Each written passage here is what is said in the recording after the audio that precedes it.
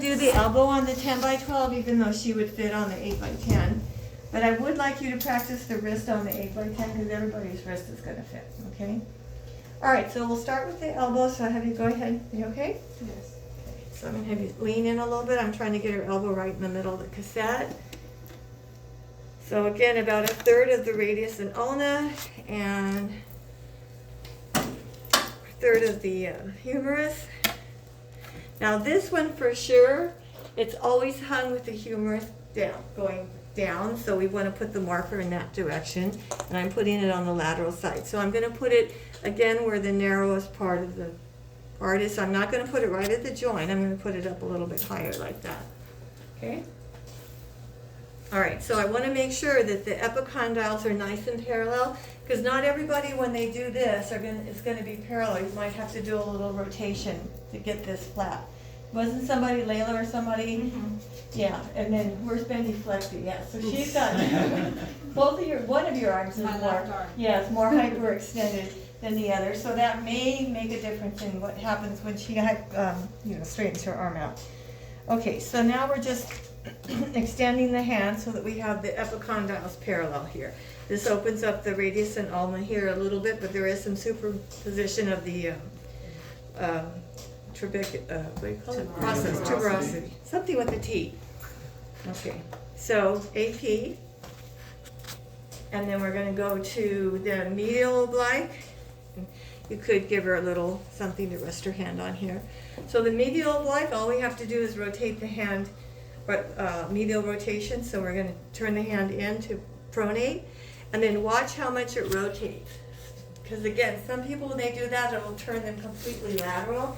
You do want the epicondyles to stay 45 degrees. I don't think I realized until I started teaching that the hand was supposed to go prone. I think I always did it like this, which still put the epicondyles 45 degrees, but I was like, imagine, 40 years and I've been doing this wrong. Worked for an orthopedic surgeon and I was doing it wrong, but I got the right x-ray, so. Okay, so I'll be sending you just a little bit here. So again, this is a round object, so we're going to use the same technique for all 4 images. There's no reason to change the technique. All right, so what's this going to show best? Yes, so it shows, you can't really see it here, but the coronoid is superimposed, or free of superimposition rather. We're seeing it, see how we're seeing it kind of free of superimposition, and you can see it there. It's the other arm, but so we're kind of seeing that bird's beak. Because that's the only time you don't really see it superimposed over some other structure. So if there is a fracture there, sometimes it's hard to see it. Okay, so that's 45 degrees, and we also call this medial rotation. That's oftentimes a term they'll use at the hospital. Okay, now this other one is a little more trickier. So it takes some setup, not just here, but the whole patient. And I will show you with, I keep wanting to call him Boris today for some reason. Really? Yeah, I had a lad named Boris that was similar size and body size. Yeah. So. And I have a son named Mary, so it's not like I don't know the name or something. Okay. So this time I want you to go ahead and sit up for me. All right. Now scoot your chair back a little bit this way, and then scoot your bottom towards me. Okay, so what I'm going to have her do is lay her arm here across the board. And then I want you to roll back your shoulder as much as you can. Now see as she rolls her shoulder and everything back. Now for her, I would almost want to lift the chair up because see how it's tweaking her shoulder? Can you sit up for a minute? Let's prop your chair up and see if that works better for you. That's why I think it's better to have the chair that has an adjustable. Now what's another option for us? Sometimes we can use like this kind of a sponge, right? Except in our case, our tube doesn't go up very high. But what are some of your options now that you've been at the hospital? What have you seen?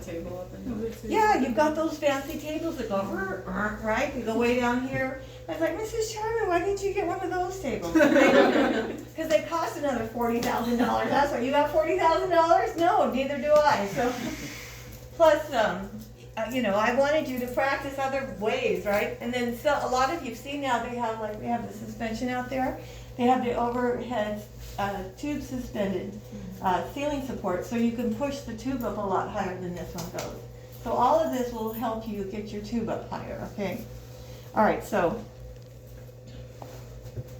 I still want to make sure her elbow's in the middle, but see now with her up a little bit, see how it's not tweaking her shoulder so much? Isn't that more comfortable? Yeah. Yeah. So you want to try to get your patient as comfortable as possible, because if they're not comfortable, what's going to happen? They're going to move. They're going to turn their hand back in. They're going to move. And when you guys are doing your exam and you're like, you know, like forcing them, and I can tell they're clearly uncomfortable, you know, you're going to lose points for one thing, for patient comfort. Okay, so I'm going to move you over this way just a little bit to get you centered. Okay, come towards me. All right, come, oh, yeah, this way. Get you centered a little better. Okay. All right. So now we've got the epicondyle is 45 degrees and a lateral rotation. Think of it as pinky up. And what is best seen in this position? Yeah, it opens up the radius and ulna. See how you see the radial tuberosity free of superimposition? You also see, you can also see the olecranon fossa and the olecranon fossa. Process and the olecranon fossa. So it is mostly just opening up these two bones here. Okay, you can relax. And then one more, go ahead and just sit up normal. So this last one is just going to be the lateral. So I'm going to make pretty much a square collimation. So this time I want to make sure that her arm is flexed in a nice 90-degree position.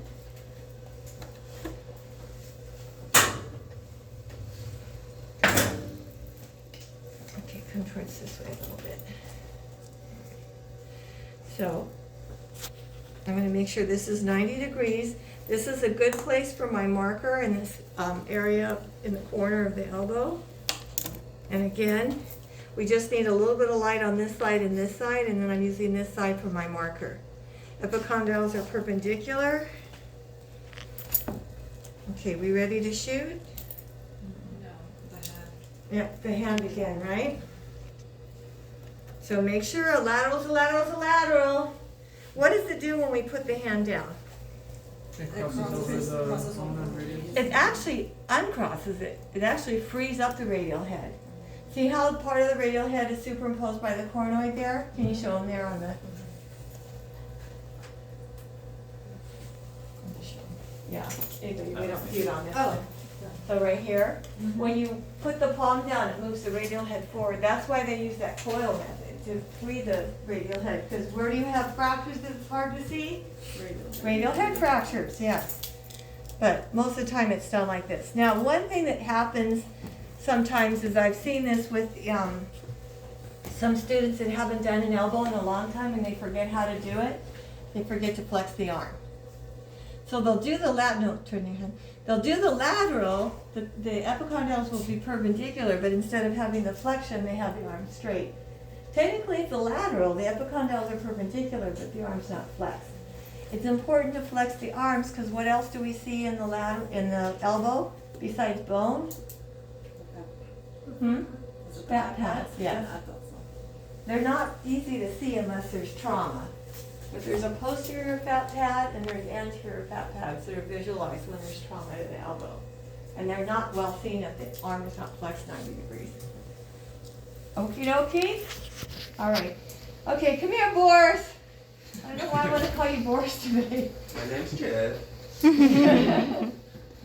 Okay, so he came in here and just positioned himself earlier. So unposition yourself so I can show him how. So sit up and put your back all the way against your bottom and your back all the way against the chair, like you're not in a good position. Okay, so what I want to do is see if I'm trying to turn him. See how hard that is? His shoulder's stuck. I'm like forcing him that way. It's not very comfortable for him, right? Okay, now sit forward and then lean back. Look how much easier that is. Now for him, I'd probably even bring the chair up a little bit more because again, it's tweaking his shoulder. But now look and see how we have those epicondyles in that 45-degree rotation. So it's really about the whole body here. You know, you need to make the patient comfortable or they're not going to cooperate. Thank you. Nice sweater, by the way. Thank you. Okay, questions? All right, we're good to go then.